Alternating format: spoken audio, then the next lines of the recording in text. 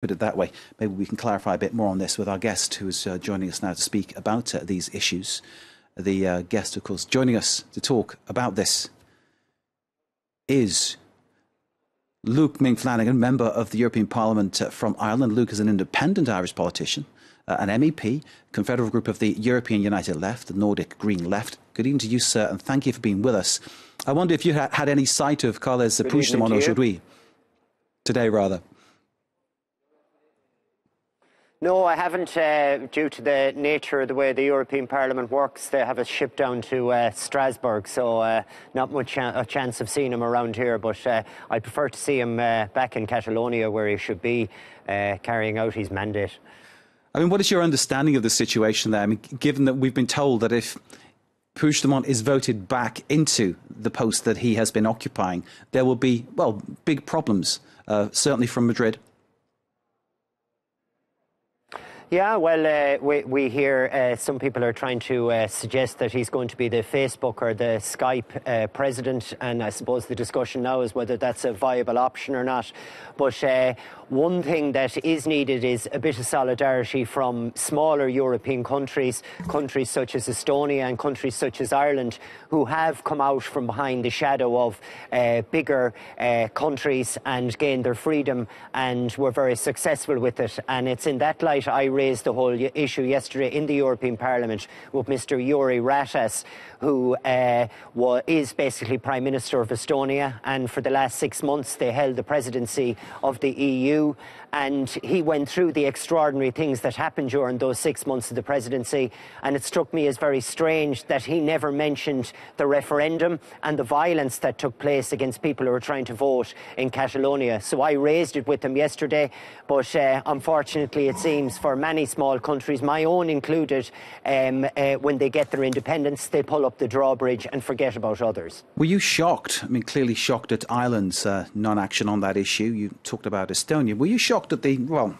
lack of action from the EU, given how disturbing those images were of the violence we saw? Well, I certainly was shocked that they didn't react. I suppose I wasn't really very surprised, because some people might think the European Union is the bastion of protecting democracy, but I've seen it in the Republic of Ireland when it came to the Nice and the Lisbon Treaty, that when we didn't vote the right way, we were forced to vote again until we voted the way the EU institutions wanted us to vote. So there was no surprise with me. I was shocked at the images. Any Democrat would be shocked at the images, but I wasn't surprised at EU inaction, and I certainly wasn't surprised at the reaction of the Irish government, because they share the same political stable as the Spanish government. And even though only the year before last, in 2016, we celebrated 100 years of the revolution and the rising that started our freedom, it seems that only a couple of years later we've completely forgotten about how those struggles take place, and coming out with glib statements like the Prime Minister of Estonia did, that,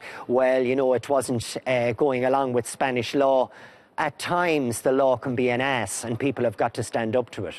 They are words that many people will take on board. There are those who say, though, Luke, that the actual referendum that was held isn't binding, it isn't legal.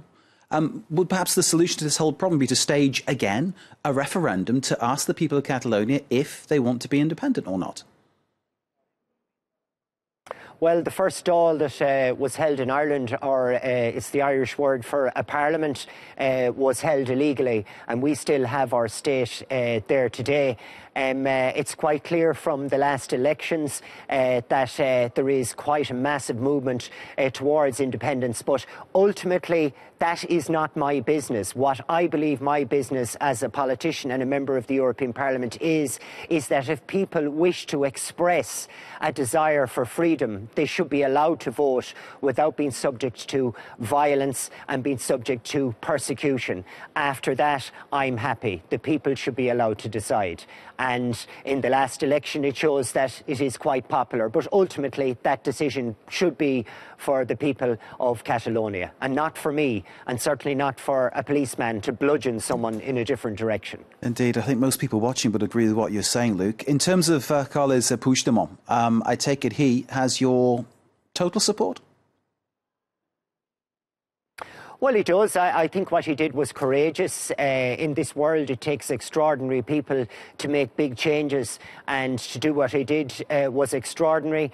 He captured the world's attention, and the Spanish police and the Spanish security forces unwittingly and rather naively added to that publicity massively. And I have to say they disappointed me, because I lived in the south of Spain myself for about 5 months in the 1990s. And I have to say, I found them to be a phenomenally friendly people. I think the images that were shown around the world haven't done Spain any good.